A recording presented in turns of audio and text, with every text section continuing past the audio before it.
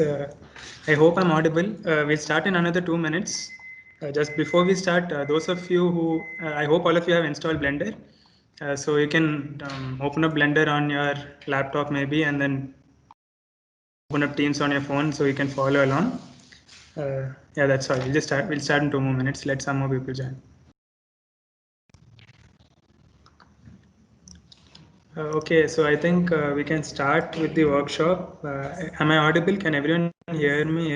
If possible, you can give a yes in the chat so I know that.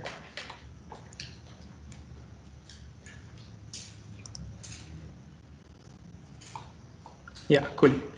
So then let's start off. First of all, good evening. Glad all of you could make it.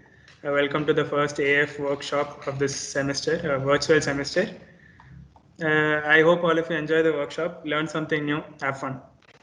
So myself, I'm Aditya Jain, third year student from EC. I started with Blender around 2.5 years ago, just before joining college. So that's all the experience I have. You guys can learn pretty quickly too.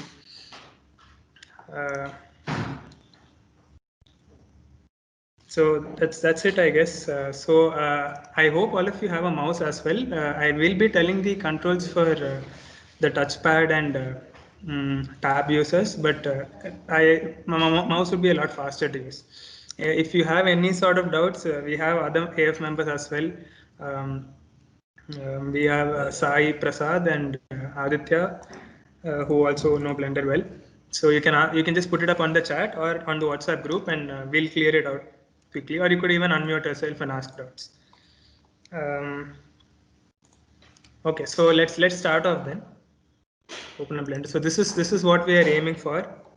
Uh, so once you learn to make this, you can pretty much start modeling your own stuff, make it in different kinds of styles, or it doesn't even have to be the same. You can make it whatever you want. So let's start off then.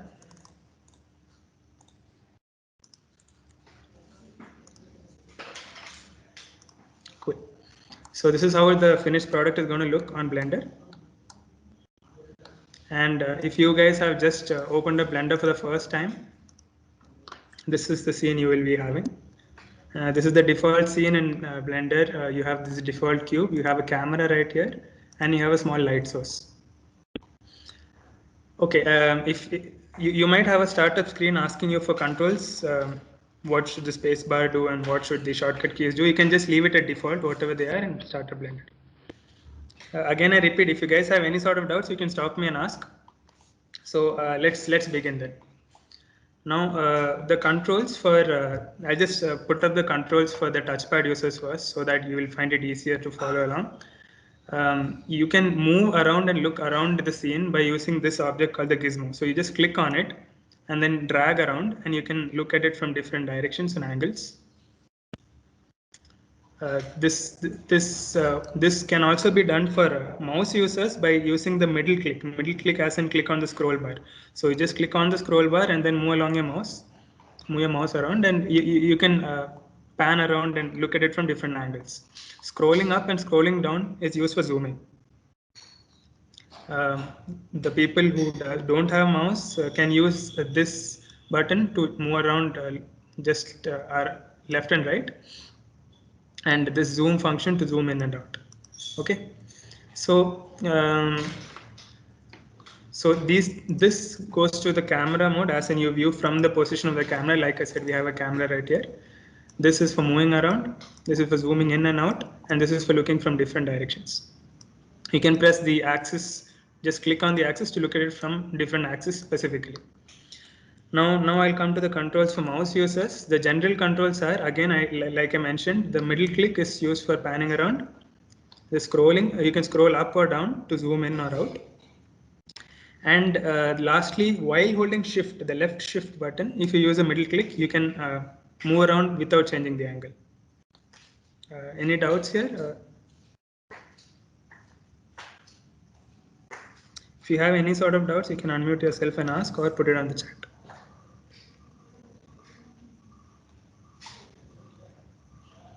Okay, so I guess there's no doubts here. The basics are simple. You can hold shift and use the mouse button to move left and right, just the middle mouse button to pan around. Okay, so let's start off with modeling the lighthouse. The lighthouse, as you know, we will be using the default cube to model it. So now this cube is an object. An object in Blender is, well, an object in real life. So we need to edit this object to turn it into a lighthouse. So what we are going to use for it is, there are different modes. So right now it's in object mode for all of you. Click on edit mode and you go into the edit mode. Now in the edit mode, you see a lot of, you can select individual vertices or corners. So this allows you to move each vertex separately and then create whatever object you want. Okay. So even selection and movement of vertices are pretty similar. In all modes, the navigations are really similar. Okay, so just a second.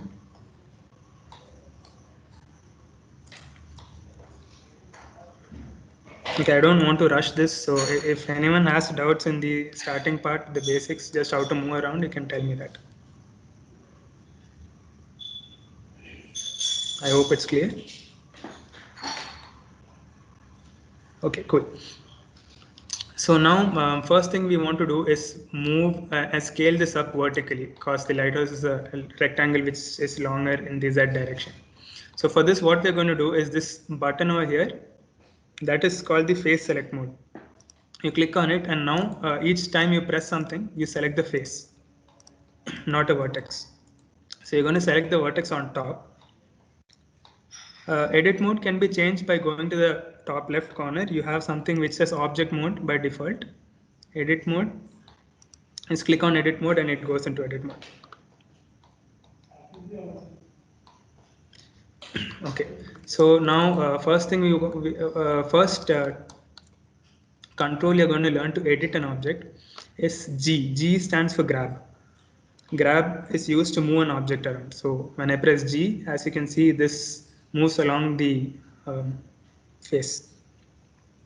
And when I left click after pressing G, it fixes it in that spot. So now as you can see, the shape of the object has changed. You can again press G and move it around, click, and it fixes it in that spot. Anytime you make a mistake, you can just hit Ctrl plus Z to undo. So in case you accidentally messed up an instruction or something, just use Ctrl plus Z as a shortcut key. For those without a mouse, again, anything like move or rotate, all such options are there on the toolbar on the left. So I can just press on move and move it along the vertical, along the horizontal, or any other direction for that matter. Cool. So I just undo and make it back into the standard box format. So right now what we want is a vertical box. So I'm going to scale it upwards. For those who want to use shortcuts, you can press G to move it and then Z to lock it along the Z axis. And then once you move it up to a height you think is fine, you click left click to fix it in that spot. Cool. Once you finish using the tool, if you're not using a mouse, you can press the select box to go back to the regular selection tool. Okay, now this is basically the general shape of the lighthouse I'm going for. Was everyone able to follow me till here?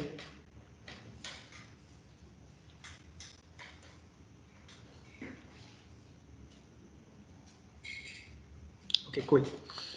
So next what we're going to do is extrude. So let me just tell you what extrude is before actually doing it.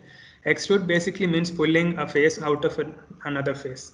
So an example, I have this face selected on top here by going to face select mode and clicking on the top. If I press E, which is for extrude, and then move my mouse, as you can see, it pulls out a separate section of the face. So basically, this can be used to, change and add extra protrusions from a regular object. So I'm just going to hit Ctrl Z to undo this.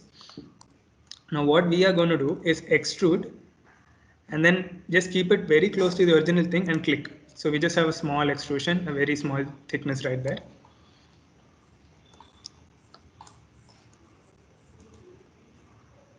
Is everyone with me? I hope everyone is. If anyone is having any problem, you can just say so.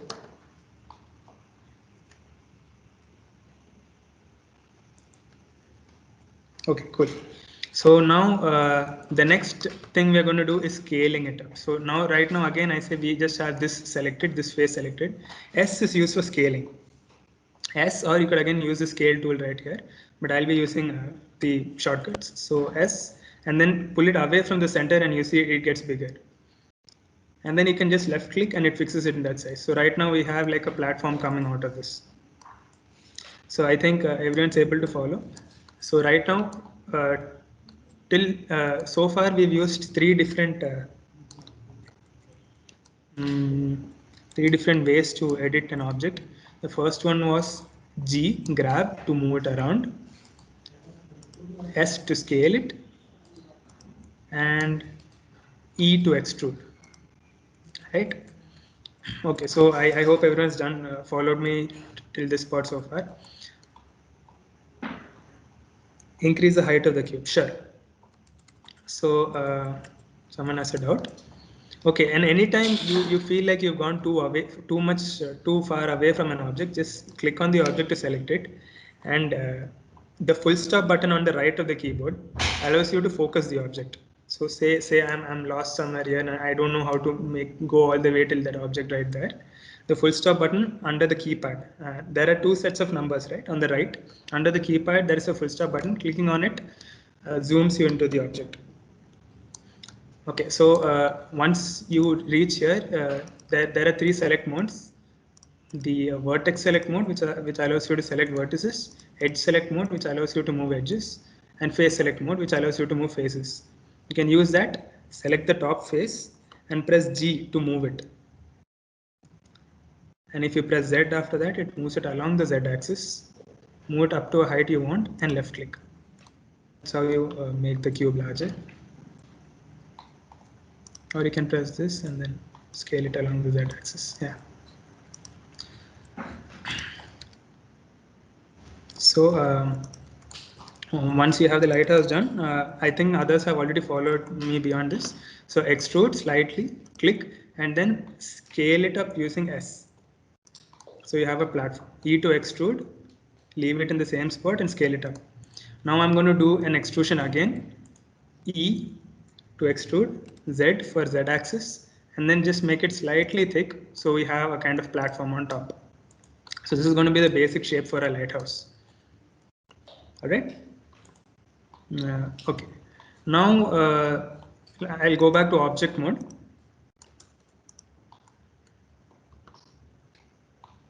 So I think I'll build the upper parts of the lighthouse separately and then join it to the lighthouse. So what I'm going to do is once you're in object mode, you can add a new object by going to add on the top left, where my mouse is right now. You can press add, a mesh, and another cube.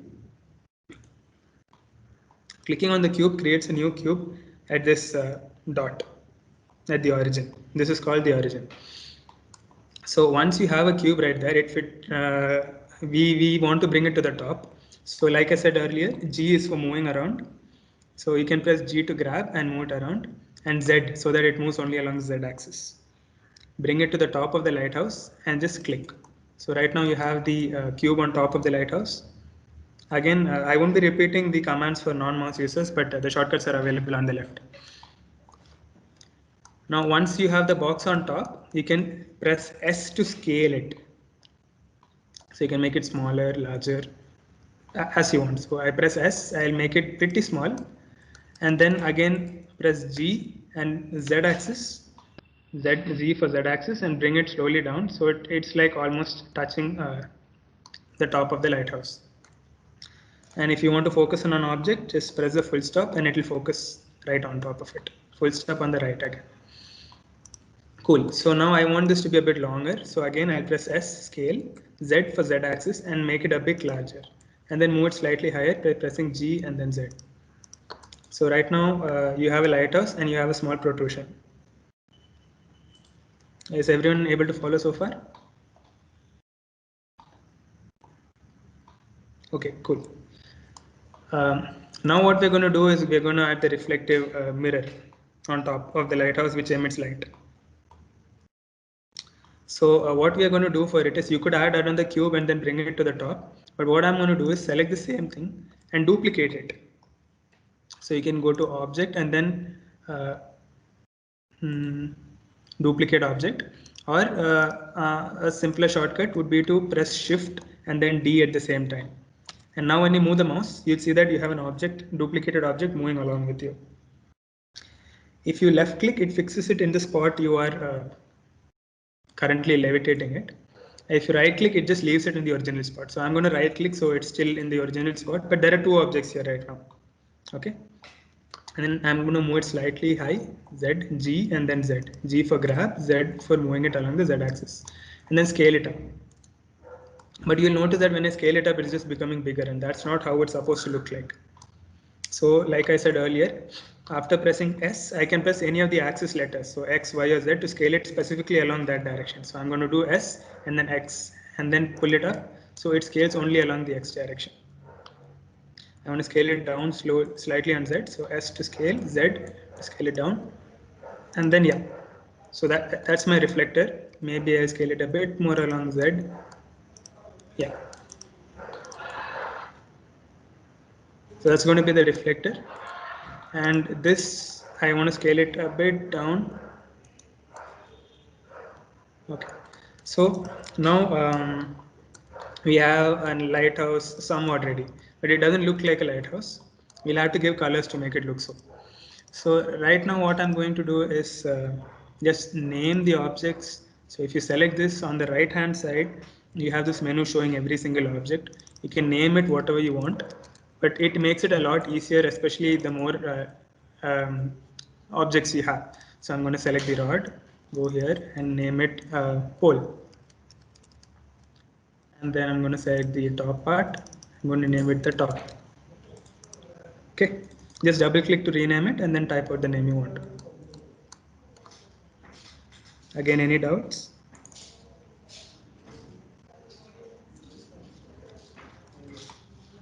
Okay, cool. Now I just select this and I want to make it a bit thinner. So S, like I said, X, Y, and Z scales it along the X axis, Y axis, Z axis. But if I want to scale it everything except the Z direction, so I don't want to make it longer, but I want to make it thinner, I can press shift and then that axis name. So shift and Z in this case. So it scales it everything but the Z axis. So I scaled it down here, and right now this is the lighthouse we have. You can click anywhere outside to deselect it. Cool. So now what we're going to do is add the beach and the water. We'll add the colors a bit later. So again, deselect everything. We are still in object mode, might I remind you. Add, mesh, and this time we're going to add a plane. Fix the origin position. Okay, fine. It's, you mean the object origin or the world origin? Linu, you can unmute yourself and ask the doubt. Okay, so when I tried to add a cube, it added it at some random place because I think I changed the origin. Okay. Okay, sure. So there's two ways to make the origin back. So first one is, you see this tool here, that's called the 3D cursor. Click and then press anywhere, and then you can set the 3D cursor wherever you want. By default, it's in the world origin, but you can choose where you want it to be. So if I wanted to add something there, I can just select the 3D cursor tool and click there, and then whatever I add will appear there. And you can go back to your regular tool using the select box. That's one way. Or another way you can do is, while holding shift, if you right click anywhere, it has the same effect. It sets the 3D world origin right there. Is that clear? Yeah. Okay, cool. So right now I want my 3D origin back in the origin, in the world origin. So so I can just select this object for now. I go to object. Okay, fine. No, it's fine actually. I don't want to bring in too many shortcuts, but then if you want to bring the origin back to the world center, you can press shift and S, shift plus S, and then press cursor to the world origin, and then it brings the cursor back to the world origin. Cool. we'll be moving on. Right now, I don't want the lighthouse to be so low. I want to bring it a bit higher. So I'm going to press the lighthouse. While holding shift, I can select multiple objects. Once I've selected all three, again, I'll use G to move it up, G and then Z to move it up. So it's in a bit more higher position. Now we'll add in the C. So you can press add, mesh, and then plane. So you have a small plane right there. But the C needs to be a lot bigger. So I'm going to press S to scale it and then drag outside to make it larger. Now, as you might notice, once the mouse reaches near the edge, if I move it up far, it appears from the other side of the edge. So you can just keep scaling it how much ever you want. You don't have to be afraid that it'll go out of the square. So I'm going to make it pretty big. I think this much will do. So this is going to be the ocean. So let's just select the plane on the top right and name it ocean, so we don't get confused later on. Ocean. Cool. Now I'll add the beach right now as well, the sand. So I'll select the ocean. Again, shift D to duplicate the object. And I'm going to make it slightly higher and leave it there.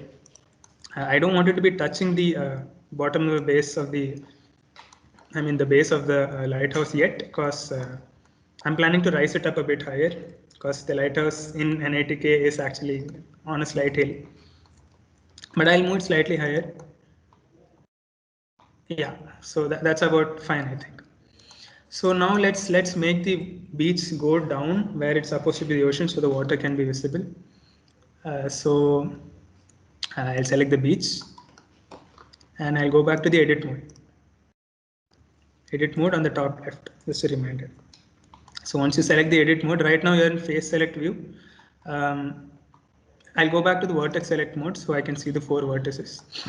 Now what I want to do is I want to make it go gradually lower. So if I select this vertex and this vertex and I move it down along the Z axis, so G and Z, you'll notice that it's like a perfect straight line. So the water is on the left and this is on the right, but the beach is never perfectly straight. So I will be wanting to add a few irregularities. So for that, what I'm going to do is just select everything with A. A is for selecting everything, or you can just drag and select everything together. Right click and you have some options here. I'm going to subdivide the first option. So that adds a subdivision. But then the moment you subdivide, you have an option here called the subdivide menu. You can increase the number of cuts right here to how many ever you want. I'm going to increase it quite a bit and then click outside to fix it. So now I have a lot of vertices here. It's still a plane, but it has a lot more vertices, a lot more geometry. If you still think it's not enough, you can select everything again, drag and select or press A, and then again right click and subdivide it even more. But I think this much is quite enough for me. Everyone following me till here? To undo, yeah, you can press Control and Z to undo, and if you are if you selected something and you're moving it, then Control Z might not work. In that case, you can press Escape to go out of that mode and then press Control Z. Okay. So now I want my beach to be facing this side, the direction I'm looking from. So I'm going to select one corner.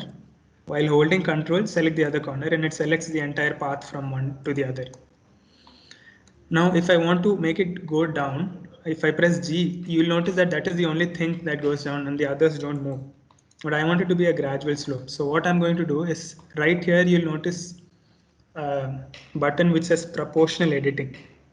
And anytime you want to know what's the shortcut for a button, you can hover over it and it shows a shortcut below. And the shortcut for this is O. So I'm going to turn on proportional editing, and now you'll notice that when I move something, there's a small circle right there. And I can use my scroll to make that circle larger or smaller. And you'll notice that the larger it becomes, the more it influences the points around it, the ones that are not selected. So if in case you missed it, I'll select one point, hold Control, select the other end. I've turned on proportional editing, and now I'll move it down. So I'll press G to move and Z to move along Z axis and bring it down. Quite so much, I think, yeah. So now you'll see that there's a smooth gradient that goes into the ocean. Okay.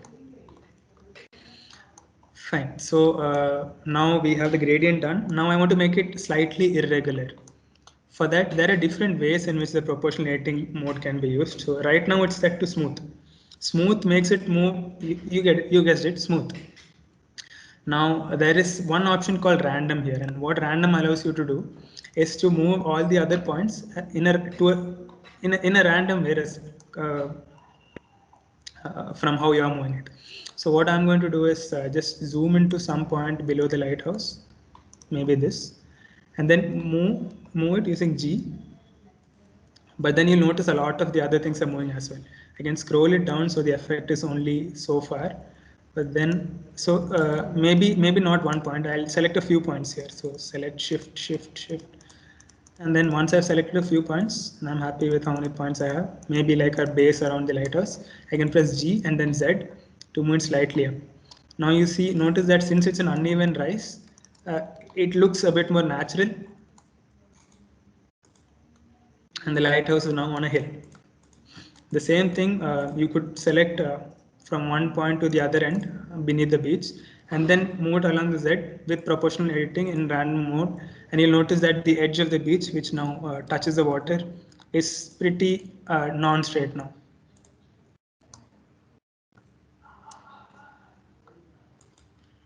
Is everyone able to follow? Any doubts you can ask.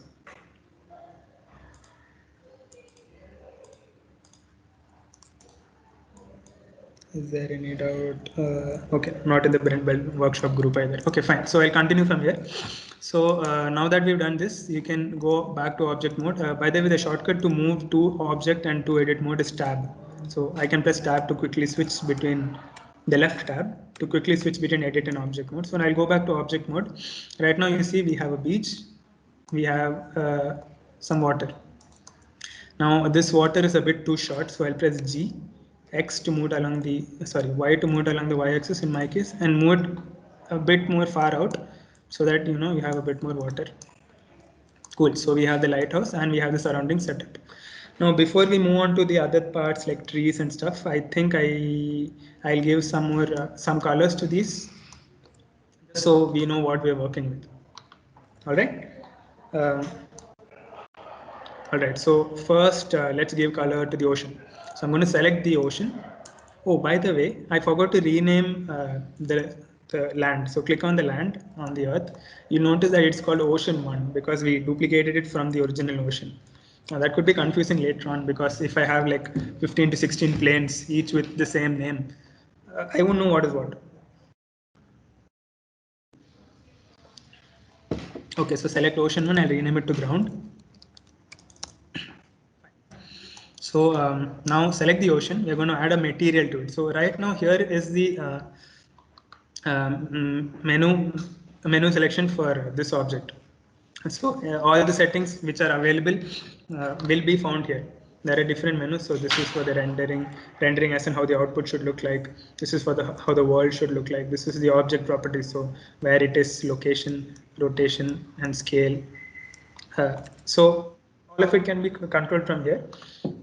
We'll be going down to the material properties, the circle with a checker on top of it. You can click on it, and right now you see that there is just a new option, how to move the individual blocks after subdivision. Sure. So I'll go back to edit mode. I think this is where you were.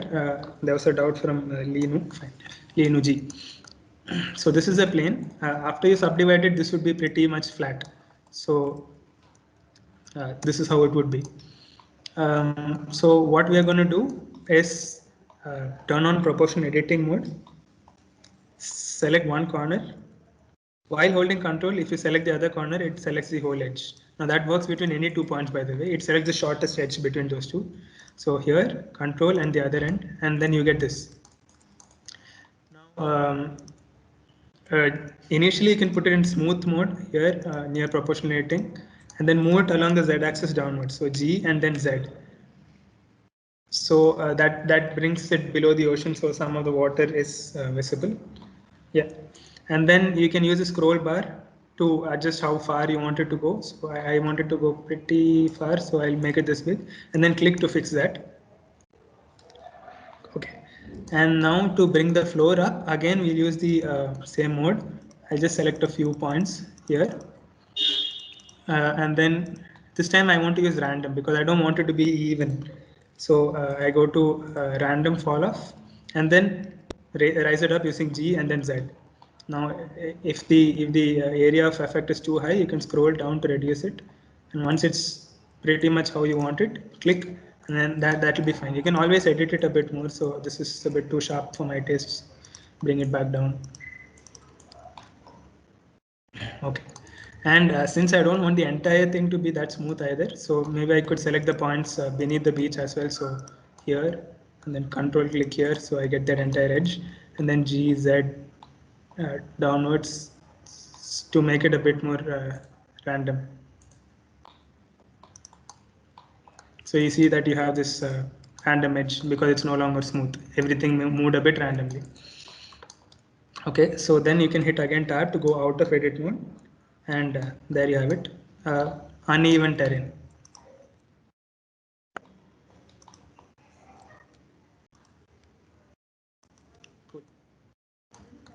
Where were we before that? Yeah, giving a material.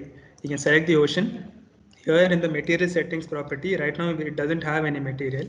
You can click on new and it adds a new material. This is called material 1. I'm going to rename it to sea or ocean, whatever you want to. Renaming it is always useful because even in terms of materials, once you have a lot of materials, it will be hard to tell what is what. Right now you'll see there's a lot of settings and properties right here. For now, we are just going to change the color to blue so we know how it's going to be. So you can select on base color and move this to any shade of blue you want. But you'll notice the color doesn't change here. That's because right now we are in a shading mode called just viewport shading, so solid mode. So in this mode, you just see everything as white objects. So if you want to see colors, you'll have to either go to the viewport shading with material preview or to the rendered mode. So there are 4 modes here. One just shows you all the vertices. This is called the wireframe mode. The solid mode is the default mode. The third one, or the material mode, shows you all the materials with proper lighting, and the rendered mode shows you the same thing with the lighting which you have added. So right here there was a default lamp in the beginning, so that's all you can see here. That's the only light source here. But so let's go to material mode so you can see everything clearly. This is the water we've added. I think I'll want mine a bit more darker, so you can increase the darkness and lightness with the dial on the left. I want it a bit darker and a bit more bluish. Yeah, cool. Let's give the sand a similar color too. So select the ground. You'll be in material settings, add new, and then change the color on the base color to a slightly orangish yellowish, a bit darker maybe. Yeah, a sandy color. So now you have the beach coming together. You have the water, you have the sand. Now for the lighthouse. So again, select the lighthouse. I'm going to zoom directly onto it by using the full stop near the number pad. So now we need to add a material for this. So here it already has a default material because it was a default cube, if you remember. I just added this material. The lighthouse is generally white. I think it's red stripes on white. So let's just leave the white right there and we can add in the red stripes later. I'll come to that. On top of the lighthouse, we have the pole and the light. So for the pole as well, I'm going to add a new material, name it pole, P-O-L-E, and make it a bit darker. So it's something like a dark gray. I think that looks fine. And for the top as well, since we are doing a day scene, I don't think it should be emitting light. So I think we'll give it the same color as the pole. So you can use a drop down menu here. You don't have to add a new material. I'll just use the same material as the pole. So now if you'll notice that if I edit one, both of them changes because both of them have the same material. All right.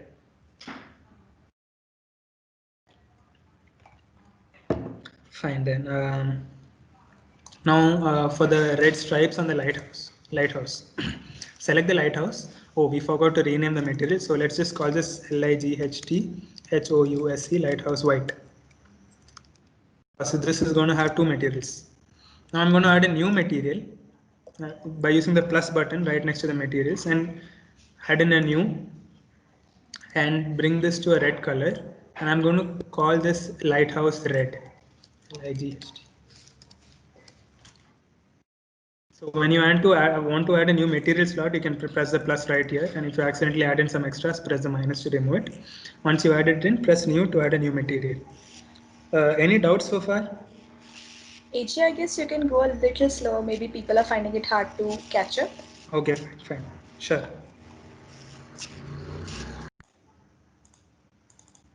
Whereas if you're stuck somewhere, you can please unmute yourself and ask.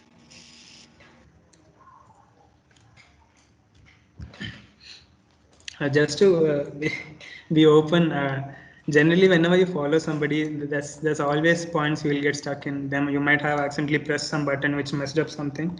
Don't have to be afraid. You can ask that because it always happens.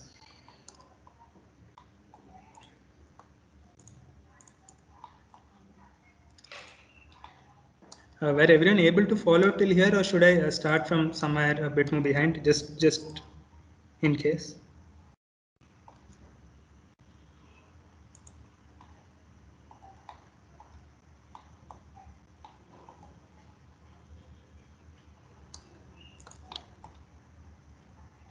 Hi, could you show how to make that irregular edge?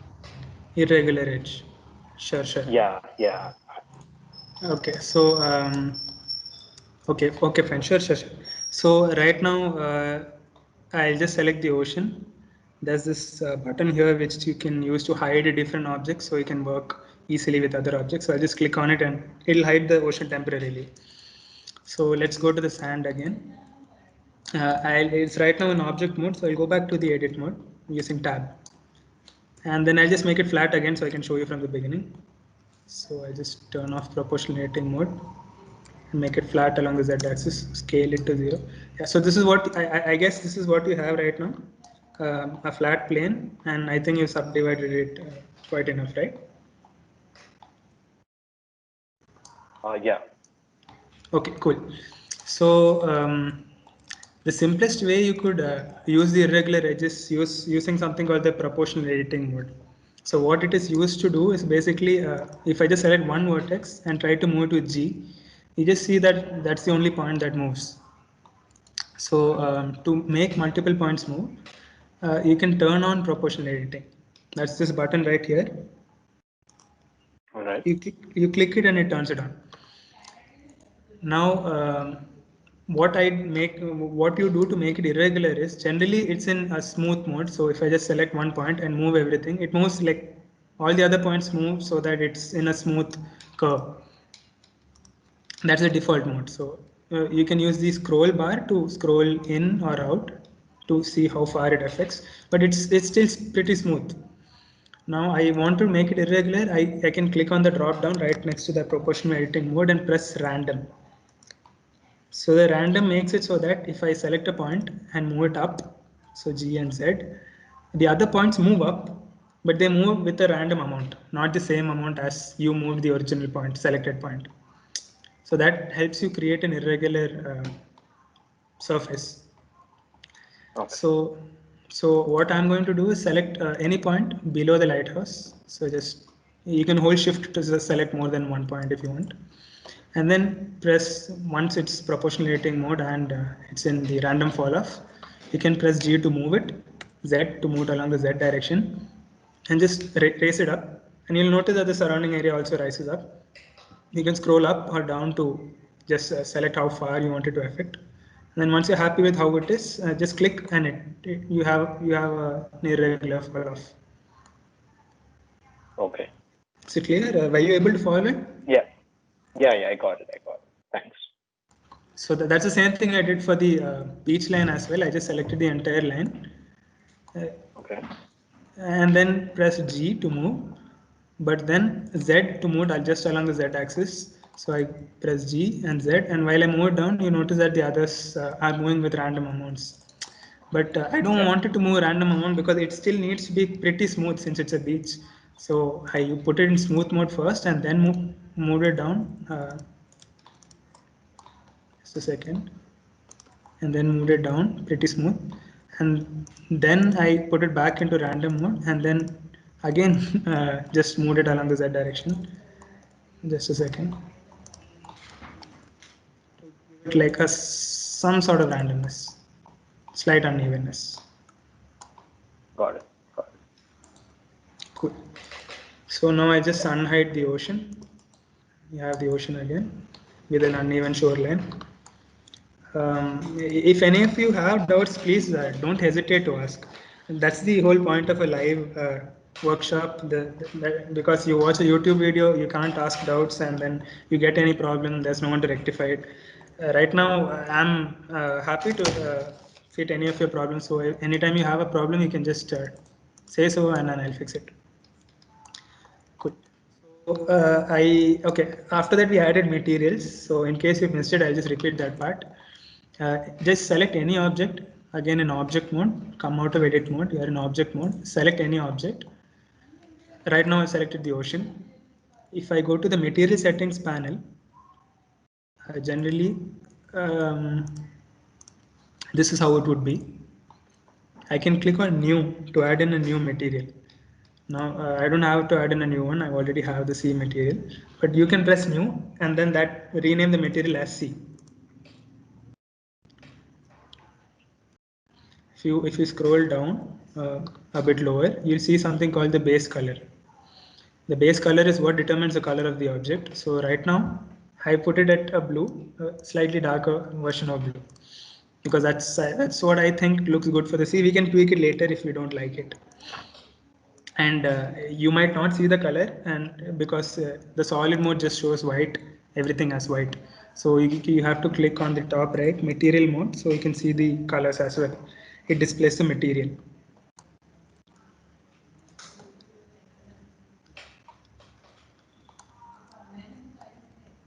Was everyone able to follow so far?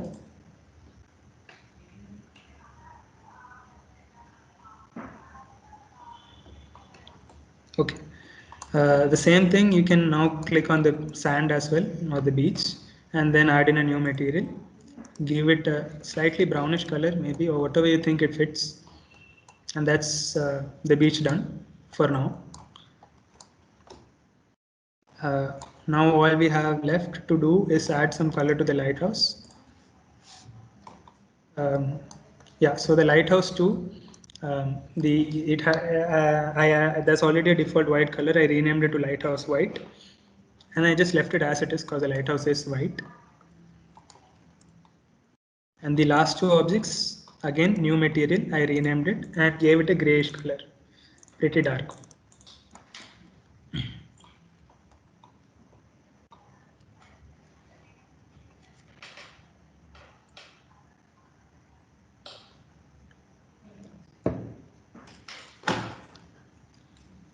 All right, so I hope all of you have followed me so far.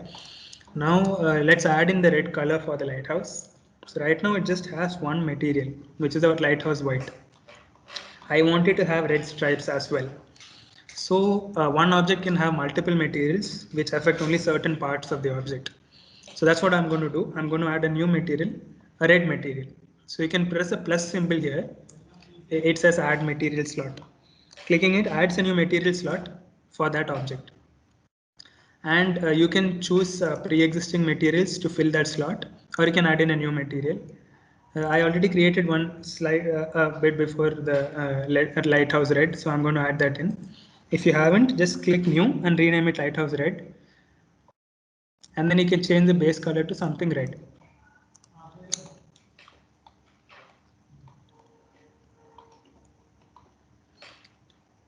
You'll notice that the red color isn't visible on the lighthouse.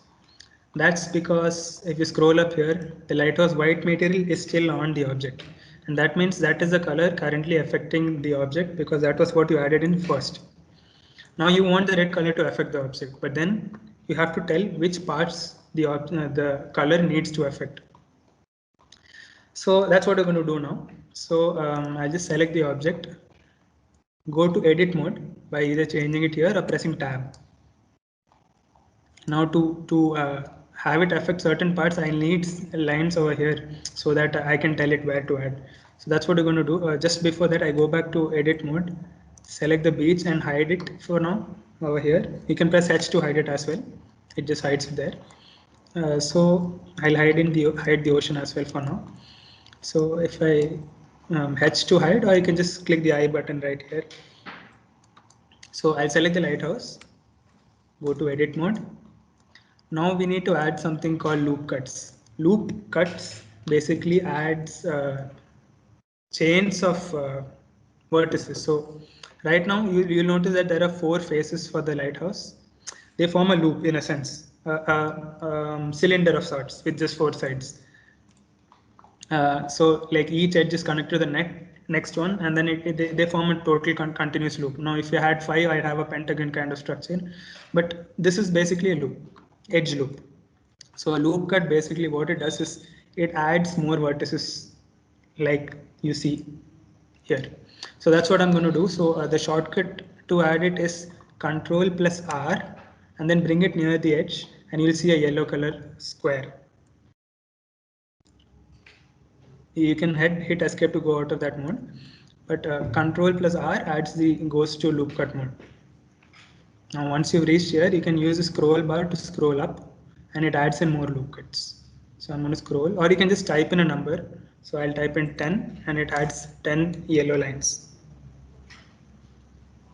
Once I'm happy with the number of lines, it can be added vertically, horizontally, or in any direction, depending on where you hold your mouse. But I want it horizontally, so I'll bring it near the edge there, and then click. Now you see that you still have an option to move it. So you can either move it to some point and then click, but I just wanted to leave it in the middle. So I'll right click and it'll leave it as it is. So now you have a lot of extra edges. Click outside. It's no longer just one face, it's multiple faces. Now what I can do is I can allot each face a color, and that's how we're going to add in the strips. Was everyone able to follow me so far? We added loop cuts. Those who are not using mouse, again, if you move down here, there's an option that says loop cut, which does the exact same thing. And after adding it, you can increase the number as you want.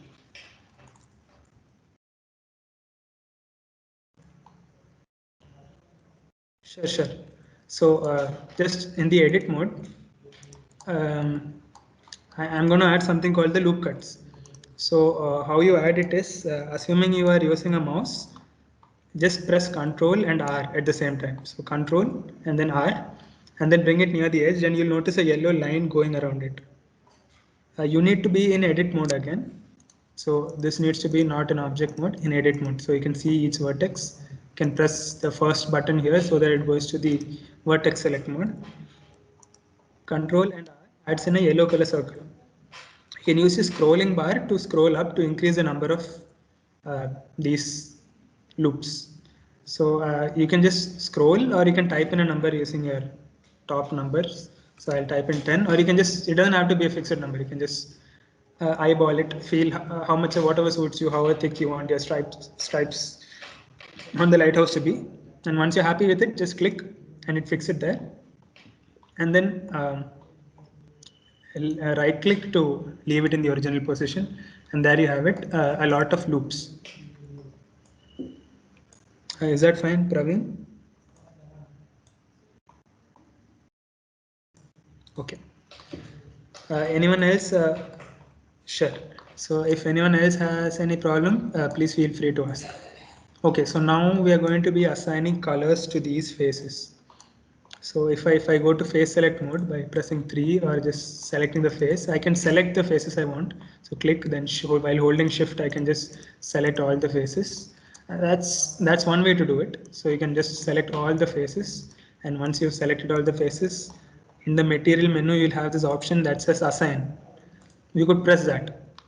But an easier way I would suggest is while holding Alt, if you click near an edge, it selects that entire loop at one go, an entire edge loop. So you can hold Alt, click on this edge, and it selects the entire loop. And if you hold Shift as well while holding Alt, you can select multiple such loops. So 1, 2, 3, 4, and then just scroll a bit higher. Again, while holding Alt and Shift, 5, 6. So I have selected every alternate strip.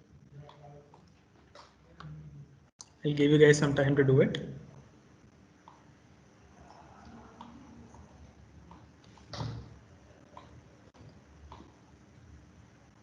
I hope all of you selected it. So again, you can hold Alt near an edge to select that loop, and while holding Shift and Alt, you can select multiple such loops. So just select every alternate loop. Okay. Can you please repeat this? How to select this whole segment? Yeah, sure. The one I just showed, right? Yeah, just the one you just showed. I'm not getting it. Oh, okay, fine. Are you using a mouse? Just No, I'm using a pad. okay, fine. So then a simple way. Okay, yeah, fine. So all you have to do is hold down Alt, bring your mouse near the vertical edge. Okay. And just click the edge. Did the entire loop get selected? Yeah, I got it. Yeah. Yeah. So just holding Alt just allows you to select one. So now while holding Alt, if I select another, it deselects the old one. So if you want to select more than one loop, hold Shift as well. So Shift and Alt, and then that allows you to select multiple such edge loops. Okay, got it. Yeah, thank you. Sure. So you guys can select every alternate loop, or if you don't want red lines everywhere, just select the ones where you want red lines. So deselect the lower ones if you don't want it. But I want red lines everywhere, so I'm just going to select every alternate edge.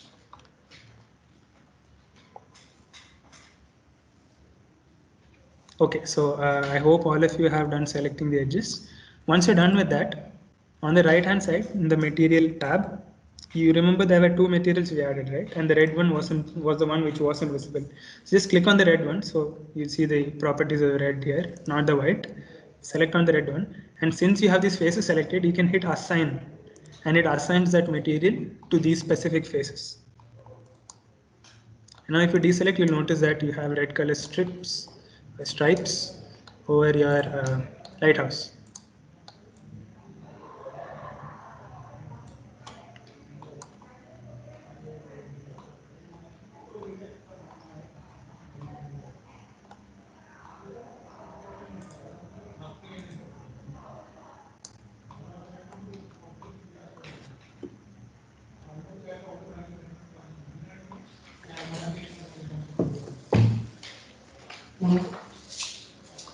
So I understand, yeah, people who are not using a mouse might find it a bit hard to keep up with the speed, because it's a lot harder to navigate using a trackpad. Okay, so I hope everyone's managed to have this. Does anyone have any problem setting up the material, the red?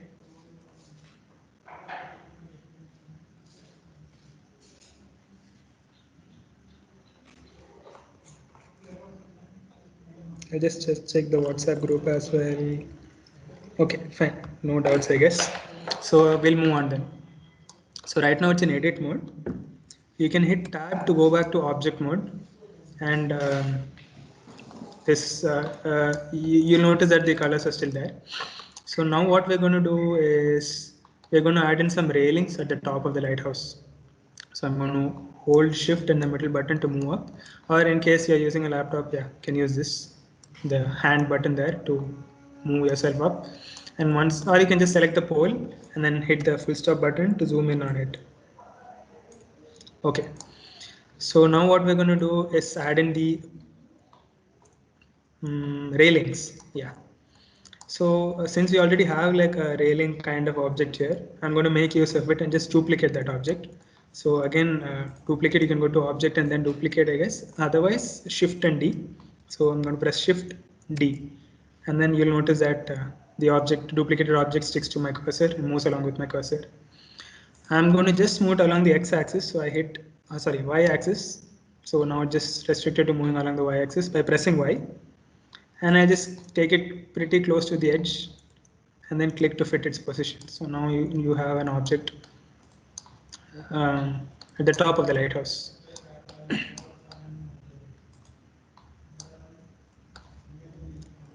Now the railing shouldn't be as big as the light itself. It should be pretty small.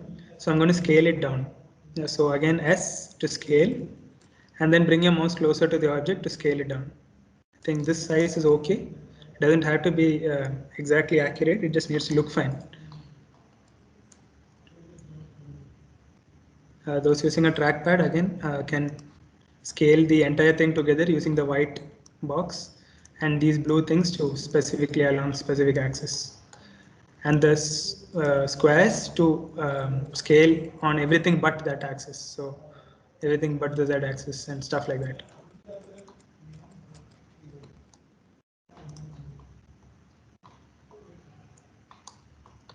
Okay, fine. And so now that the size is small, you can bring it a bit lower by pressing G and then Z and then making it somewhere close to the edge.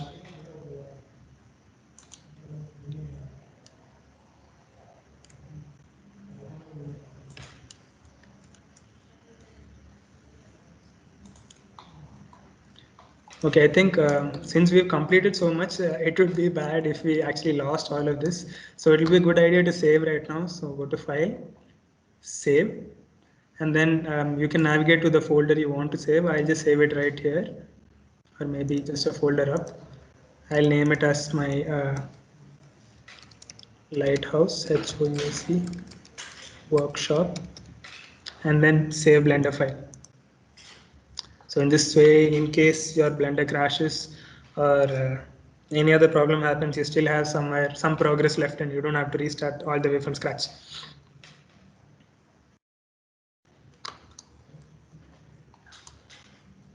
Assuming you have saved, I guess I'll want this a bit bigger.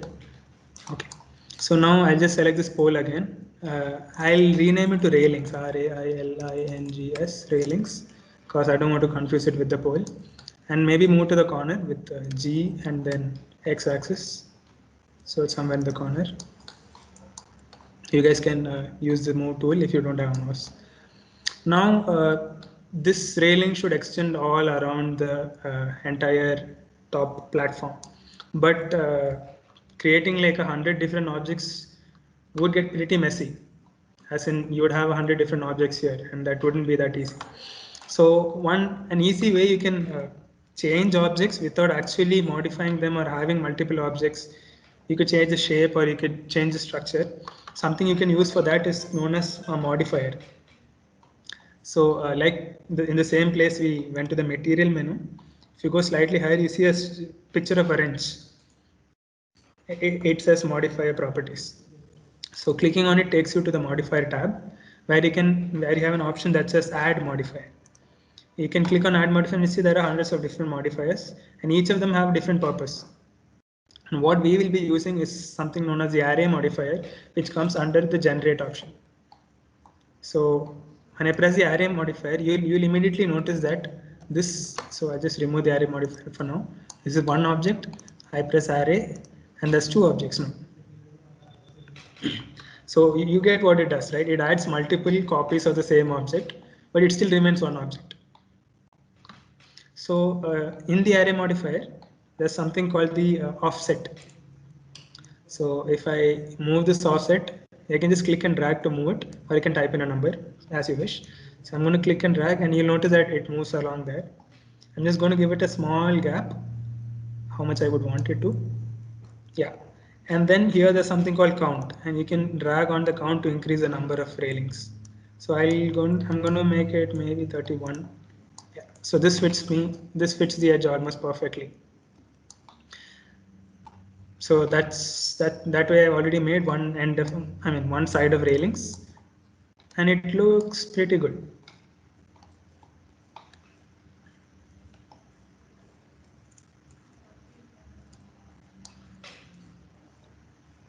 Any doubts? Okay. Now I think this is still a bit too big, so I'll just make it smaller along the Z axis. So scale and Z, and then okay, now it's floating, so I'll just move it slightly below with G and then Z. Okay, I think that fits better. But now we have one set of railing complete. Now I want another set of railings on the other end, so I can just duplicate the entire thing and put it here. So I can click it, Shift and D to duplicate it, and then X. Okay, no, it's not along the X axis. I want to move it along the Y axis, so I press Y and then just move it till I think it should be fine, and then click. So right there, I created the other set of railings. Now we have two sets.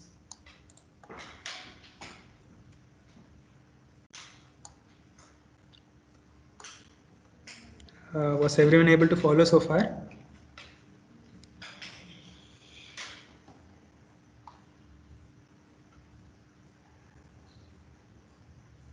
Any doubts, feel free to unmute and ask. I keep telling it, but I still think there would be people who are... Okay, cool. So we need two more sets of railings. I guess I can duplicate it again. So I'll just Shift and D. And this time, instead of placing it anywhere, I'll just right click to leave it in the same spot. So if I try to move it, you see that there's two objects in the same spot. And then I'm going to rotate it actually. So I haven't used the shortcut so far, I think, but R is used for rotating, or you can just use the rotate tool here to rotate it along any direction. But I'll just use the regular box, R for rotating, but you'll notice that it rotates in a weird way. That's because it's rotating along, like from my perspective in circles. I wanted to rotate along the Z axis. So I press Z after that, and then, yeah, you can rotate it along whatever angle you want. So I wanted to be exactly 90 degrees.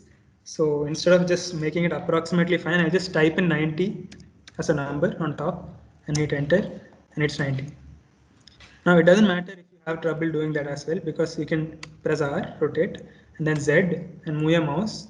And once you've got an angle, there's this rotate menu that pops up at the bottom left. You just type in 90 there either, and then it makes it 90. You can adjust it there. Rotate, R for rotate, Z, and type in 90, 90. And there you have it. The third set of rails is done.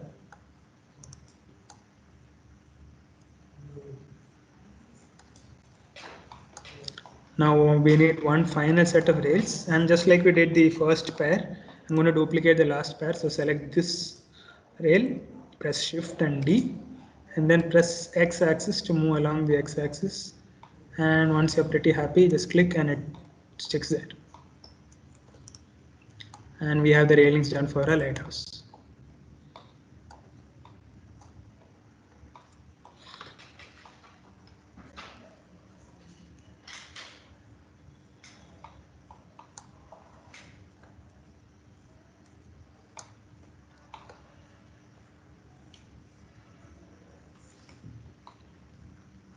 Hello, can you just quickly just go over how you got the 90 degrees during the rotation?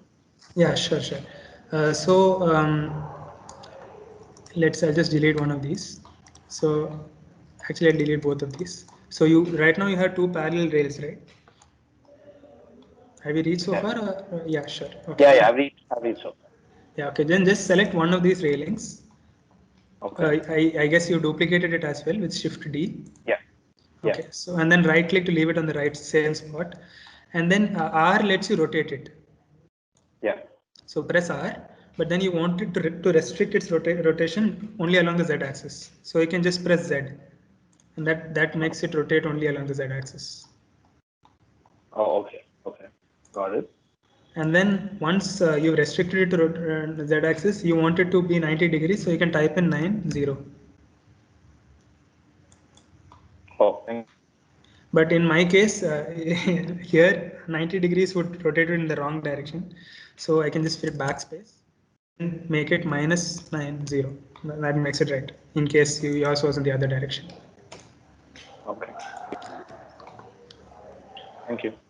Yeah, sure. And even if you still have problems and say you're not able to get it exactly 90 degrees, just leave it where it is, and then you still have options to adjust it once you click. So you can just change it here to 90, or maybe -90 here, whatever. So you can just use that and put it in the right place. And once you do that, you can duplicate it again with Shift D. Restrict its movement along X or Y direction as per your model using the X button or the Y button, and then place it in the right spot.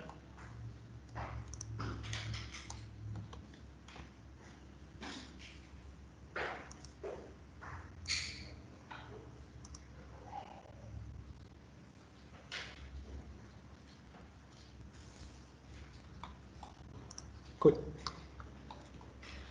So I think if any of you have more doubts, you can ask, or we can continue.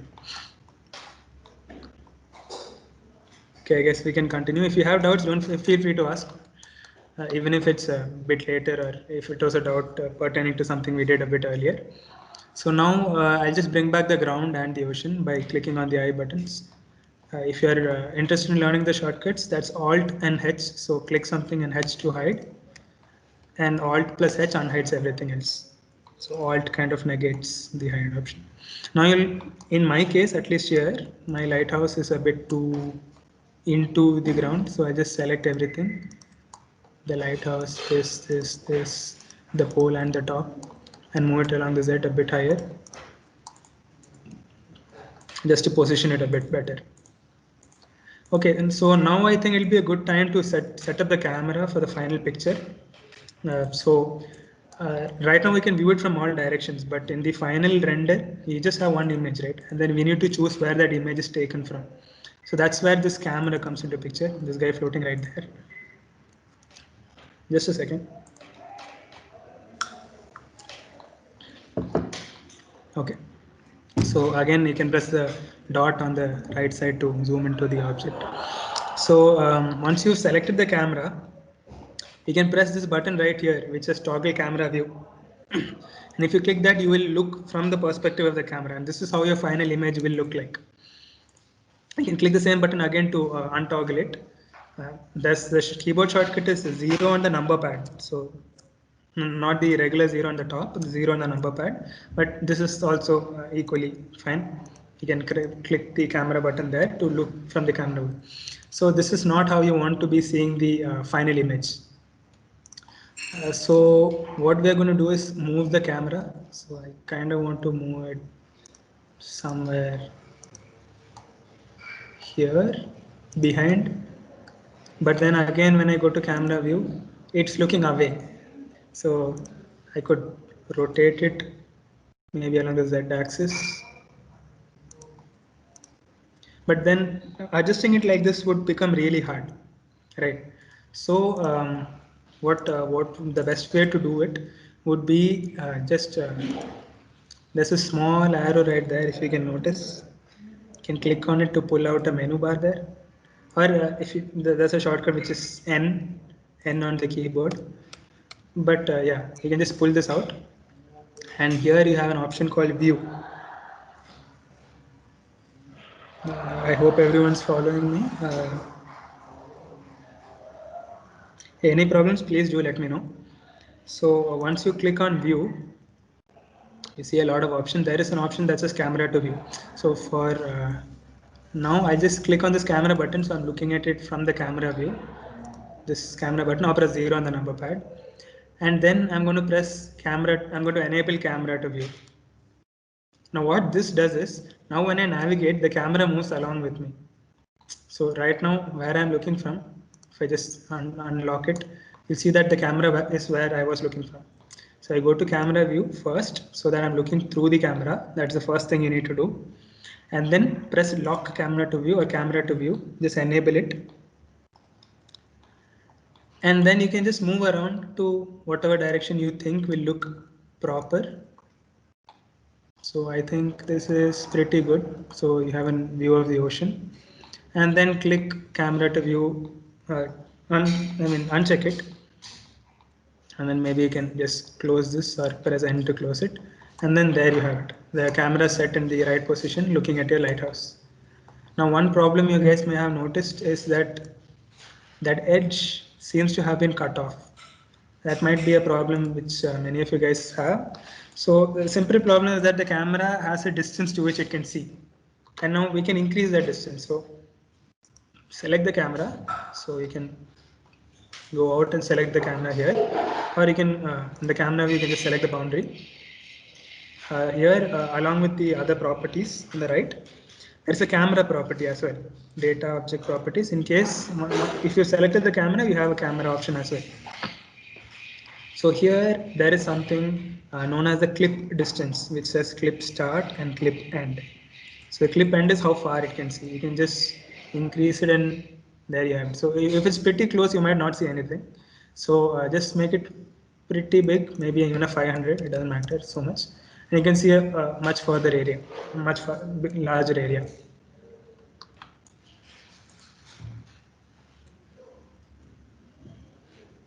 So I'll just repeat what I just said again. To bring the camera to the position you want, select the camera. And if you can't find the camera, that's fine. You just scroll around over here and you'll see the camera option over here. Just click it and it's selected. Once you've selected it, you can go to the camera view by pressing this button right here or 0 on the number pad. And then pull this menu out with this small arrow that you see right there. And then under the view options, you can lock the camera to view to move around your camera along with your view. And then you can just adjust your view however you want it. And then unlock the camera to view. So now the camera is in the right spot. And in case some parts are not being clearly seen, you can just increase the clip distance in the properties in the camera picture right here. All right. Okay. That's. Excuse me. Yeah. Can you change the camera position in the camera view? Yes, you can. So if you just select the camera, the same tool, so G allows you to move the camera. Okay. G and X allows you to move it specifically along the X-axis. R to rotate. And you can use the same tools over here as well. So move, but that is only if you use the shortcut keys, that is. If you use these tools, I think you might find it hard. Okay.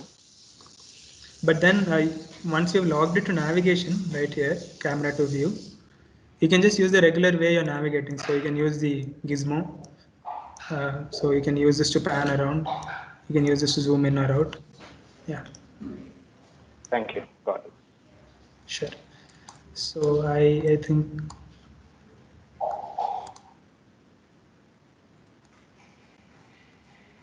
And once you're done fixing the position, don't forget to turn off camera to view so that you don't move the camera anymore. And then you can just collapse this to the right. Fine. So, okay, while we're talking about cameras, something I want to do is select the camera again in the camera view. And then, I mean, I guess that's fine. Okay, fine. So right now we have a beach scene and we have a camera and we've reached so far. I mean, this much. Now, generally, when you look at the ocean from a particular direction, you see the horizon. You know, the horizon is generally flat. Now, we don't want to make this ocean plane infinitely large because it's going to be a lot of work to render and it's going to be a lot of editing to do. So a simple way I found is to rotate it. So R, after selecting the object, you can press R to rotate it. And then Z axis, so it rotates only along the Z axis. And once you rotate it along, once you've done this, just make it so that it looks, the edge, the upper edge looks flat in the camera view again. So rotate it along the Z axis till you think this thing looks flat. And then you can scale it up so the edge is not visible. So when it's too small, you see this edge right here. Right? You scale it up so that the entire ocean seems to fill the place. So now that way, the ocean's a lot bigger, yes, but the camera sees it as an entire ocean. Okay, fine. I think we've crossed more than half the time. If anyone wants a small break, okay, nice. I think we can go ahead. Does anyone need a small break? You can let me know. You can have a 5-minute break.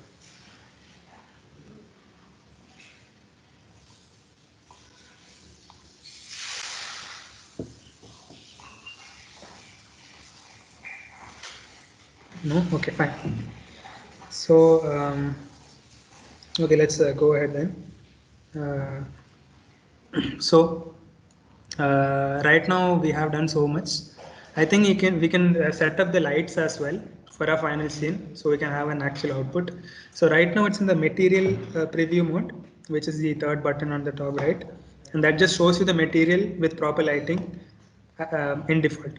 If I press the last button here, that's the actual rendered mode, and that's how it actually looks right now. That's how your final output actually looks currently. So this is not how we want it to be. So what I'm going to do is just select this light source right here by clicking on it and deleting it. So you can go to object and delete here, or you can just press X to delete it, whatever suits you. So select the object, the light, and press X to delete it. And now you have no light. So let's add in a sun. So again, you can add. This time it's not a mesh, it's a light. So you go down here and we see an option that says light. On the right, there are options. One is the point light, which was there by default. The second one is the sunlight. Third one is the spotlight, the one you see on stage and stuff.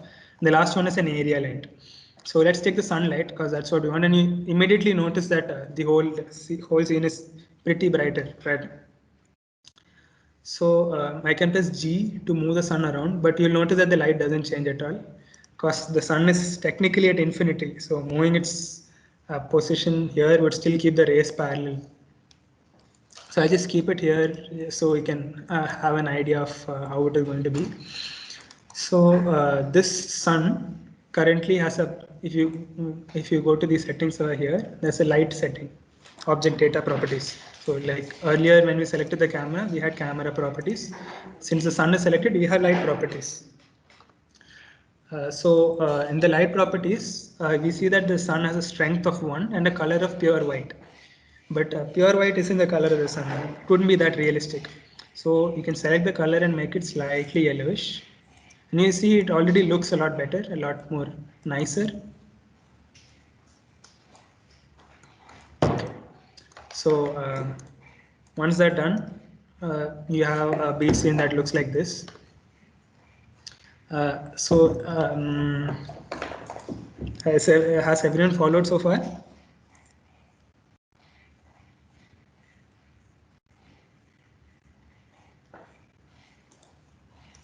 So we just added in a sun lamp. We went to rendered mode, and in the sun lamp, we went to the light properties. There we change the color to slightly yellowish color. It doesn't have to be yellow. You can have any color of the sun. It doesn't matter. But I think mild yellow looks better. Not even a heavy yellow, just a light yellow. Okay, fine. And when you speak about lighting, the sun isn't the only source of light. In real life, you have light coming from the entire sky, and the entire sky is generally blue. So that's what we're going to do next. We're going to make the sky a bit bluish. So right now you see the entire area around our objects is gray. So let's make it blue so that it has a little bit more realistic lighting. So again, in the settings on the right, there is something called the world properties. Click on world properties.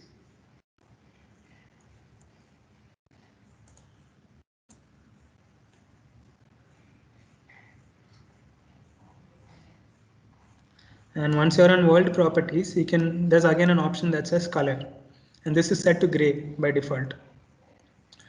Now I'm going to not make it too bright because this is like a pretty strong light. So I'm going to just make it slightly bluish, and you'll see that the light is actually visible on the lighthouse. So earlier when it was white, and now when it's bluish, you can see a slight bluish tinge.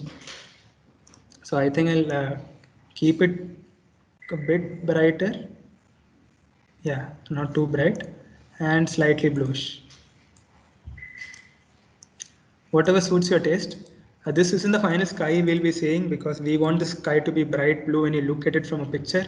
But this is just the light, how we're going to set it up so that the light that falls on the objects.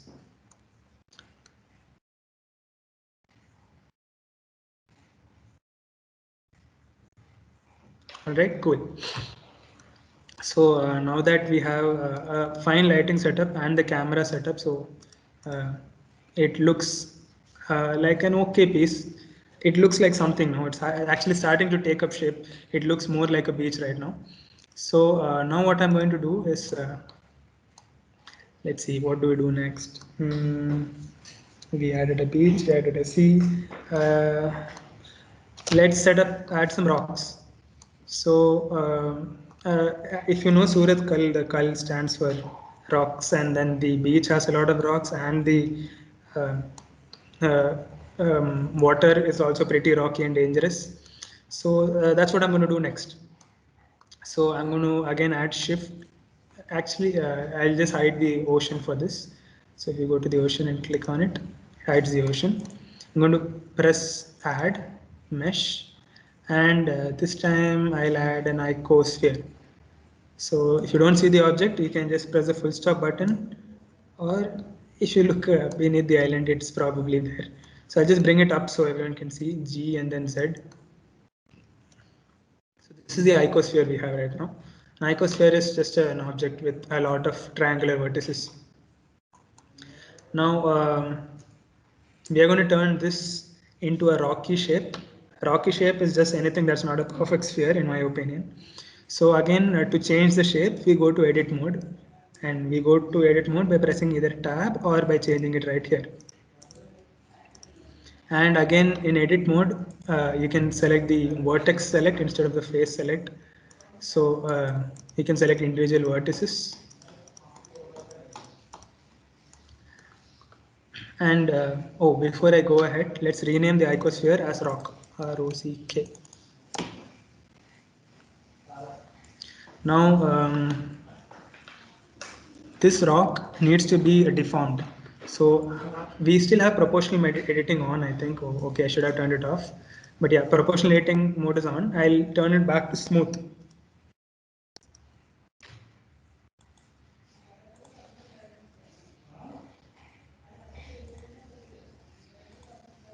All right, and once it's in smooth, you can again just move it by using the move tool or by using a mouse. So I'll use the move tool for this one.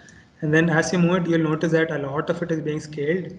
Again, you can, if you're using G, like if you're moving it with a mouse, you'll notice that all of it is moving together. So again, just you can scroll down because the proportional editing mode is on. So if you're using the move tool again, okay, just make it a weird shape by pulling up and pulling down different vertices, something that looks irregular basically. Now having the proportionating mode makes it a lot better, because if I just move one, it might give up a lot of sharp edges. Having this on just makes it a lot more smoother. So just move along random vertices in random directions. You can scroll up or down, or in case you're using a touchpad and don't have a scrolling thing, you can change the proportional size here, how much it affects. And once you're pretty happy with the shape of the rock, come out of edit mode back to object mode by using tab or by changing the mode on the top left.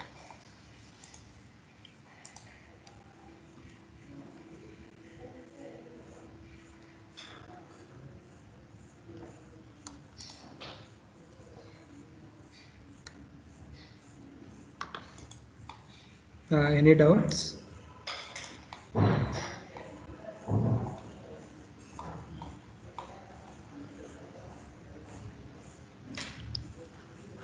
Could you please, I have a doubt. Could you just please repeat how to deform one vertex, like any one?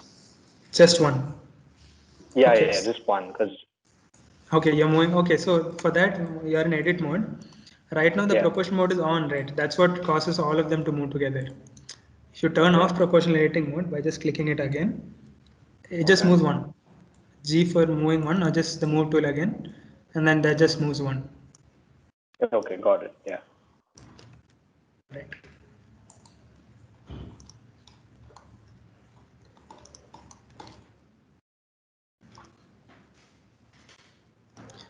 So once you're out of edit mode and back into object mode, this is the rock we have right now, and I want to give it a gray color. So if you remember how we gave the colors, different materials to the other objects, just select the rock. Here there is a material option. There is an option to add a new material. Click new. Let's rename this as rock. so we don't get confused later. And then give it a gray color.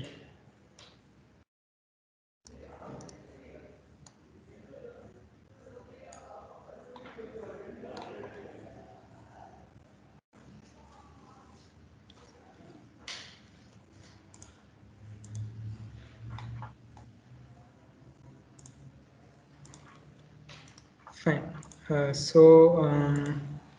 I hope all of you have gotten the gray color rock.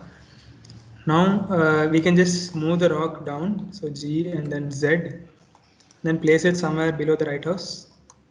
I'm going to scale it a bit up to make it like a rocky cliff. And then again G to move, R to rotate. So I'm going to press G, R, and there you have it. It's now on a rock.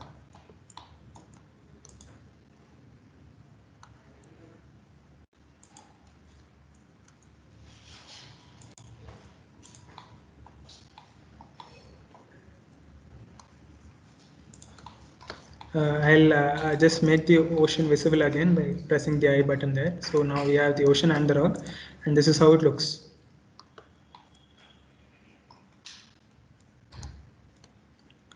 All right, so okay, we have, how long do we have left? We have another 20 minutes, I'd say. Yeah, so okay, let's try to make it presentable. Maybe even if you're not able to complete it fully, we can at least make it look good. So now that we've added a rock, what else can we add? Sky. So right now the sky looks pretty dull because I didn't want it to be too bright. So in the world properties, when I set the color, I didn't set it as really bright because then everything gets too bright. I just left it as quite dark. But then I still want the sky to look good, right? So what I'm going to use for that is similar to what I did for the ocean. I'm just going to add a plane, which is light blue. So just again press add mesh plane, that adds in a plane, and then you can move it pretty much in the direction of where do you think the sky will be. So the camera is facing this direction, so I want the sky to be there. So once I've moved it there by pressing G and then X, or G and then Y, now if you actually look at it, I press the full stop to zoom in, you see that it's okay. I'll bring it slightly above the ocean. You see that it's pretty small, so I'll just scale it up quite big because the sky is quite big. And then I want to rotate it along the x-axis in my case, so that it forms like a background or a plate. Now if I go to the camera view, you will notice that the sky is actually visible from here. It looks like the sky, it covers the entire thing.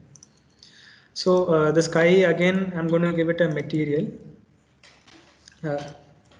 So click on the sky, go to the material settings. I just give everyone a few seconds so you can get the sky ready.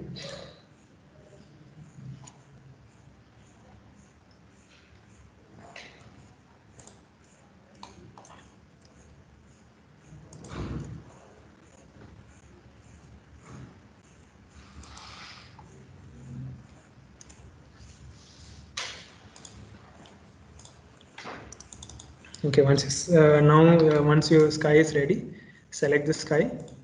I hope it's ready. Just create a plane, move it there, and then rotate it so it faces the camera. It doesn't have to be perfect.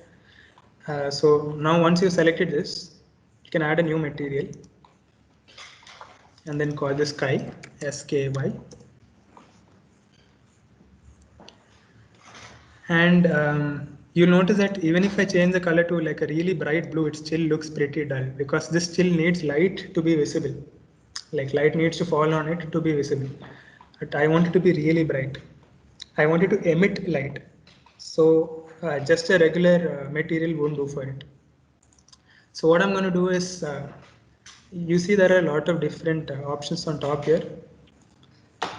There's layout, modeling, sculpting, UV editing, texture paint. So these are all, actually you could do it here itself, but these are all ready-made workspaces which are specific to doing different objects, sculpting or UV editing.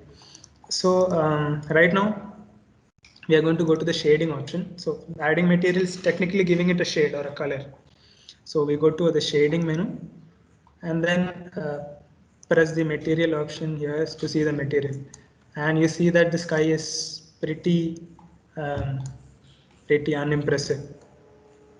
But you also see this thing here, which is 2 boxes. And there's something called use nodes ticked. If it's not, then do tick it, only then will you see the boxes. So this is basically the exact same thing we saw in the materials here. So I added a new material and that this is what was created. And under to the surface, there's something called principal BSDF, and that is what is here. To the material output, there is something called principal BSDF attached. This principal BSDF is what is the what is a regular material which is by default. Now I wanted to emit light. So the controls here are the same, by the way. You can use the oh, wait a minute. Yeah, you can use the middle mouse button to move it around.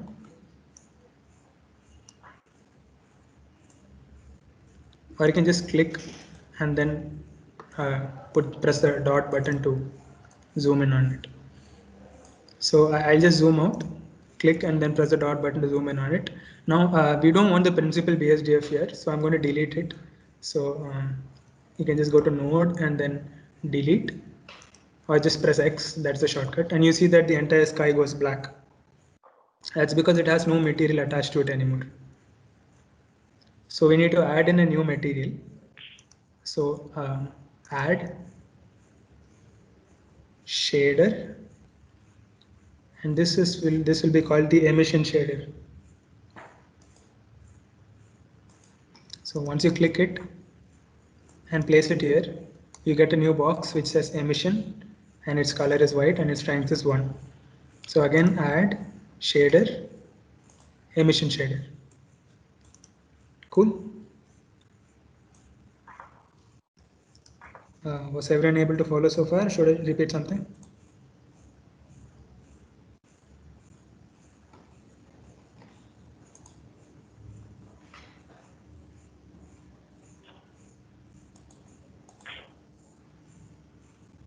Alright, so I guess everyone's followed till here. Now the green dot on emission, I'm just going to click on it and drag and then drop it on the surface. And you'll see that the sky starts emitting a lot of light. So I just want to keep the strength as 1. I don't want to increase the strength too much. But the color is going to be blue, happy blue or a sky blue. So now if I go to the camera view, you see that the sky is a lot better, a lot nicer. Now this you can edit all the materials here. So if I select the ocean right here, you notice that the ocean is also, just click the ocean and you'll notice that the ocean also has some material attached. And I can change the color here as well, just like I changed it back there. These two are exactly the same, but it's a lot easier to use it here, in my opinion. So I'll just leave it at that. Cool. So the next thing, let's just go back to the layout now. So that now we've set up the sky. Next thing I want to do is, should I add a road or should I add some trees? Let's go with trees. So again, this time actually I want the tree to be here. So I'm going to select the 3D cursor and click here.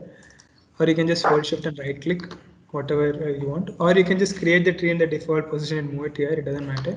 But I just selected the 3D cursor, clicked here, so that the 3D cursor moved onto the surface right there. Now a tree is generally a cylinder with a lot of leaves on top. So we can press add, mesh, and then this time I'm going to add a cylinder. And once I've added the cylinder, I can decrease the number of vertices. So the least is 3, so that gives you a triangle. I don't want it too high, so I'll just leave it somewhere there. Decrease the radius because trees are not that thick, and then the depth maybe, yeah, leave it at that, and then even the location, bring it a bit higher along the z-axis. I think that looks fine. Yeah, so we have a pole of sorts. So now when I unclick it, yeah, there you have it, a tree, or at least a tree stem. How long do we have left? Now it's 37. Okay, so 10 more minutes. Okay, so let's just try to complete this tree before we wrap it up. So I hope everyone's created the tree.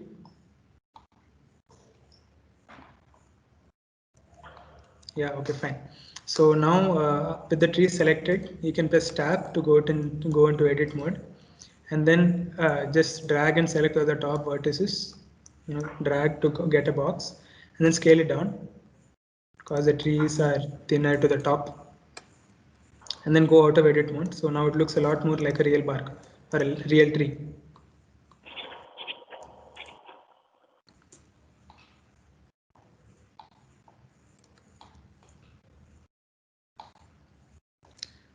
Cool. If I'm going too fast, please do let me know. Okay, so next what we're going to do is add the leaves in. So I'm going to select the cursor, click on top of the tree. So right now it's on top of the tree right there. Now anything I add comes there, right? So Shift A or add, whatever is easier for you. Mesh, and we're going to add in a plane. This plane is going to be the leaf. With the plane selected, again in the selection, click the select object and then selecting the plane. You can scale it down a bit and then scale it with S along the x-axis to make it a bit thinner, and then move it along the x-axis. Sorry, move it along the y-axis, GY, to make it so that just the edge lies on top of the tree.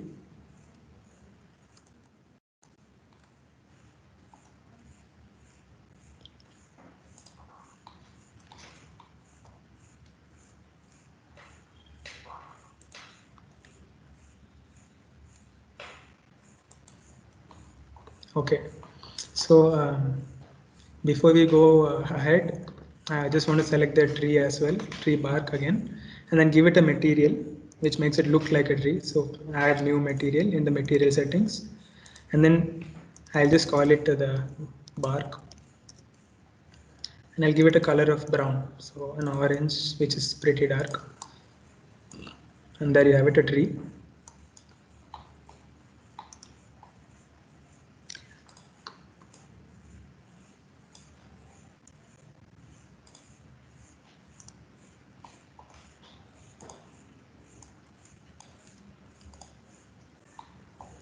Similarly, you can select the leaf, add a new material in the material settings. I'll call this leaf and give it a green color.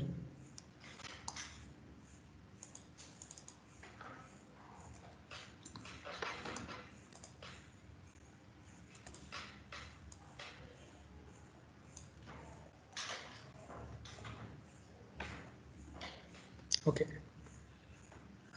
So now that the leaf is done, what we're going to do is make the leaf a bit more shaped like a leaf. So I can press tab to go to object edit mode. So you remember how we did the beach, right? We made it gradual slope. So that's what we're going to do here as well. So Control plus R lets me add loop cuts. Control plus R, or you can just go to the loop cut tool here, click, and then just scroll up the number here to add the number of loop cuts. Uh,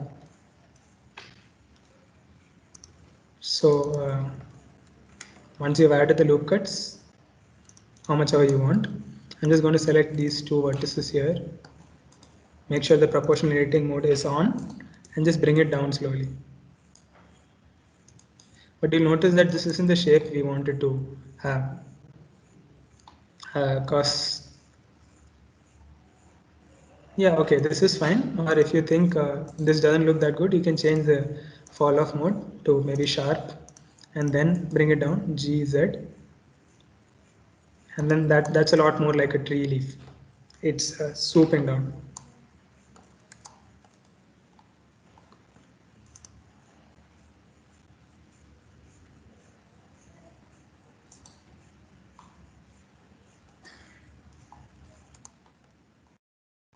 Okay, and once you brought that down, again select these two vertices at the edge and maybe scale it down because the leaves do get thinner towards the outside. And since proportional editing mode is on, it will give it that smooth curve.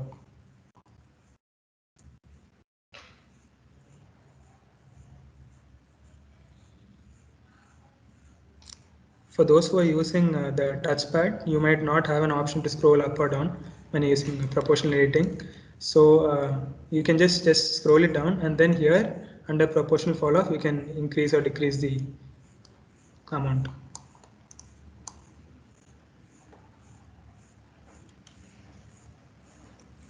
Alright, now I'll just turn off the proportional editing mode by clicking the button there. Go out of edit mode by pressing tab. So now we have one leaf.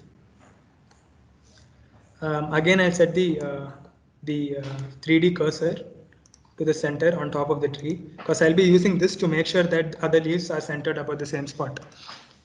So once I set the 3D cursor there, there's this option that says transform point. That's the point about which it rotates. So now if I rotate this, if I rotate the leaf, you see this yellow dot here, it rotates about that point because that's the center of that object. Now if I change that transform point to 3D cursor, you'll notice that it rotates about this point. And that's going to be pretty useful in just a second, because we're going to duplicate this leaf. So just before we duplicate it, so it doesn't get any more confusing, let's rename this leaf. So it's called plane 1 for me right now. I just call it LEAF leaf. And the stem is called cylinder. I'll make it stem. Now just to maybe make it less confusing, you can right click here and or just a second. Click new collection, and that adds in a new collection, and then you can just select the leaf. You can press M to move it, and then press collection 2. So the leaf is moved to collection 2.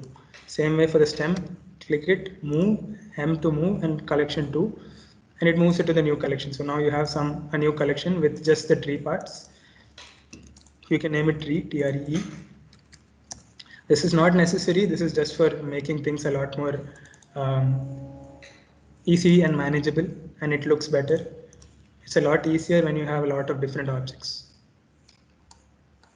So now that you know how it was done, you could have you can also do it for the lighthouse if you want to, but you can do that later because we are at a time limit. So I just select everything, move, and you can create a new collection while pressing M here as well. So press new collection. I'll just call this lighthouse, but it's not really necessary. It just keeps things organized, because all of this is in under one drop down called lighthouse. So yeah, we were doing the tree. Coming to the tree, we have one leaf right now. I'm going to duplicate it with Shift D.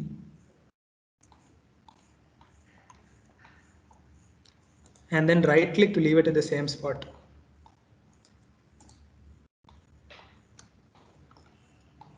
Once I'm done with that, you remember I changed the center to the 3D cursor over here, and I set the 3D cursor here. Now you'll understand why it was for, because now when I press R to rotate, it rotates about that point. So if I press R and then Z and then move my mouse, you see it creates another leaf right on top of that tree. So I can do that. So the 3D cursor is set here, and the origin point is set to 3D cursor here. So I can set Shift D to duplicate, right click to leave it in the right spot, same spot, and then R to rotate along Z axis and then move it. So I can just repeat that maybe a few times.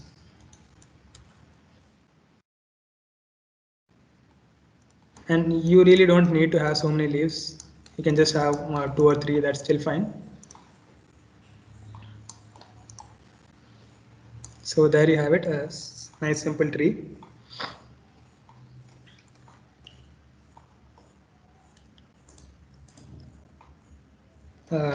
Is everyone following, or am I going too fast? If everyone's able to follow, could you just put it in the chat so I know? Or if it's too fast, do let me know.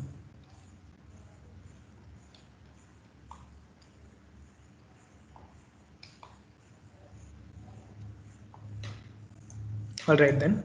So assuming you've all followed it and at least have at least 2 leaves, I just select all of them while holding shift 1, 2, 3, 4, 5, as well as the stem. Now I don't want all of these things to be separate objects because that will make it a lot very confusing later on when I have a lot of different things, maybe multiple trees. So after selecting all of them, I can go to object and then join. The shortcut for this is Ctrl J. But when I click this, they all join and become one single object. So now if I try to move this, you'll notice that it's a single object.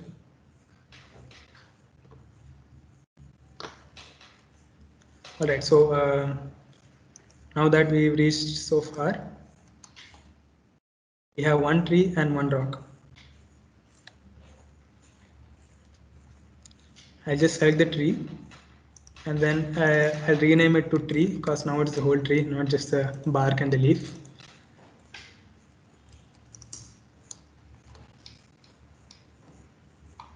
Fine.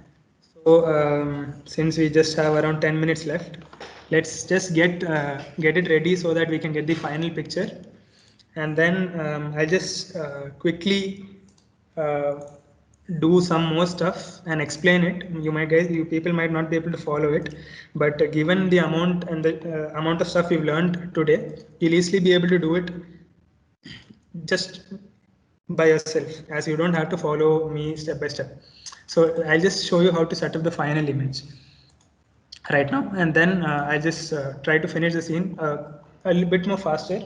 You guys don't have to follow it, but it will be pretty simple, so you guys can do it by yourself later. So right now we have this scene. So by pressing the camera button, you can look through the camera view. If you go in these settings, there's an option that says output properties. By clicking output properties, you see the dimensions of the output image you need, the aspect ratio, okay, this is just for animations, but yeah, you see the resolution here you need. Now I don't want it to be a rectangle with 1920 pixels along the x-axis and 1080 along the y-axis. This is a HD image. I just want it to be 1080 by 1080, a square. So I just make it 1080 by 1080, and you'll notice that this became a bit bigger, but that's fine for me. So my final image is going to be a square. And if you want to, you can just select the camera. And in camera view, like I showed earlier, you can just drag this out, click camera to view, and then just zoom in. So you can use this if you're using, or just shift and middle click, and then after zooming in, just a second, yeah, select this and dot. Yeah, so once you zoom in, again pull this out and then deselect camera to view, and then you set the camera position. Once you're done with that, this was the output properties. That was just to select how the output image is going to be. There's a render options, render properties. So the render engine is basically what calculates how the lights bounce and all that. So right now it's an EV render. You don't have to change it, but Cycle actually calculates each and every ray. EV uses some approximation, so it's pretty fast compared to Cycles. So EV, you have options like ambient occlusion and screen space reflections, and they add a lot of more realism to it. So screen space reflection on and off. You can see that the sky is reflected on the ocean right now. So that adds a lot more effect. So just turn on screen space reflection, ambient occlusion. And if you think it's nice, bloom, but I don't like bloom, so I'm just going to leave it off. So it looks like this right now. So I think we have just 5 minutes left. So is everyone able to follow so far? All right, fine. So then once you're done with this, I think you can just save again. So file, save. And now you can get the final output by just going to the render menu there, click render, and then press on render image.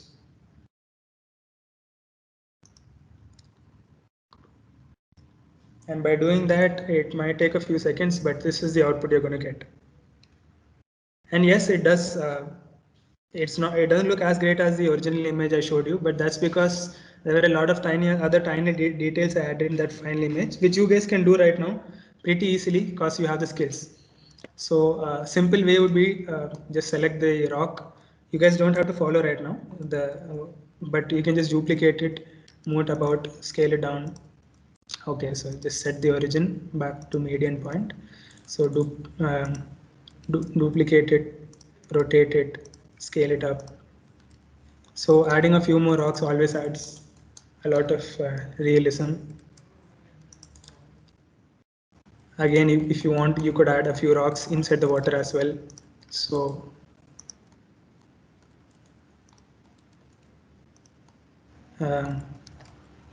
yeah, and then even the trees, you could add multiple trees. So if I just press the Z-axis here, I can look at it from top, and I can just duplicate this, maybe rotate it a bit so that it's slightly tilted, bring it down, and then just things you've already created, you can just spread them out, create copies.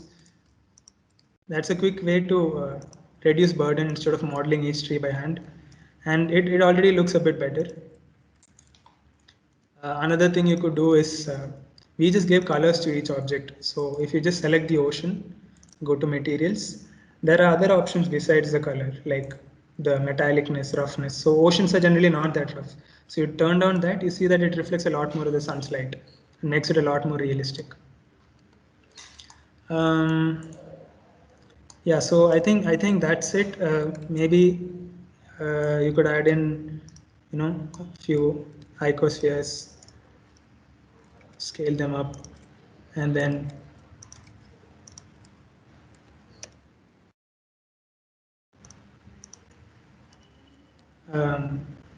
create a few clouds, and that should again add some realism. Or you can even create a cube, move it there, scale it along the z-axis.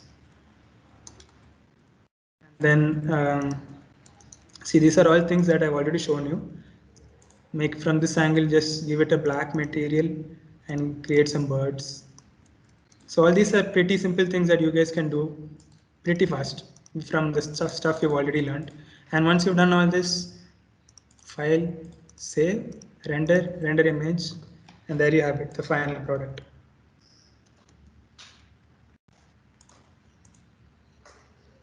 So once you have the final image, it doesn't just save itself automatically. So one thing you can do to do that is go to image, save as, and then just type in the name of the image you want to save. Let's call it image1. And then you can choose if you want a PNG, JPG, or whatever format. And then press save as image. And there you have it, your NATK beach house done. So that's it, I guess. I hope you guys had fun attending the workshop. I hope you guys have interest now and having learned the basics. I think you can follow any tutorial pretty much easily since you know how to follow the basic instructions. And good luck. I hope to see awesome artworks from you guys soon. That was a great workshop, AJ. Thank you. Thanks, guys, for your patience, and thanks for joining us today. We'll be sharing the recorded video soon, so if you want to replay it, you can do that. Feel free to ping us if you have any other queries. Thank you.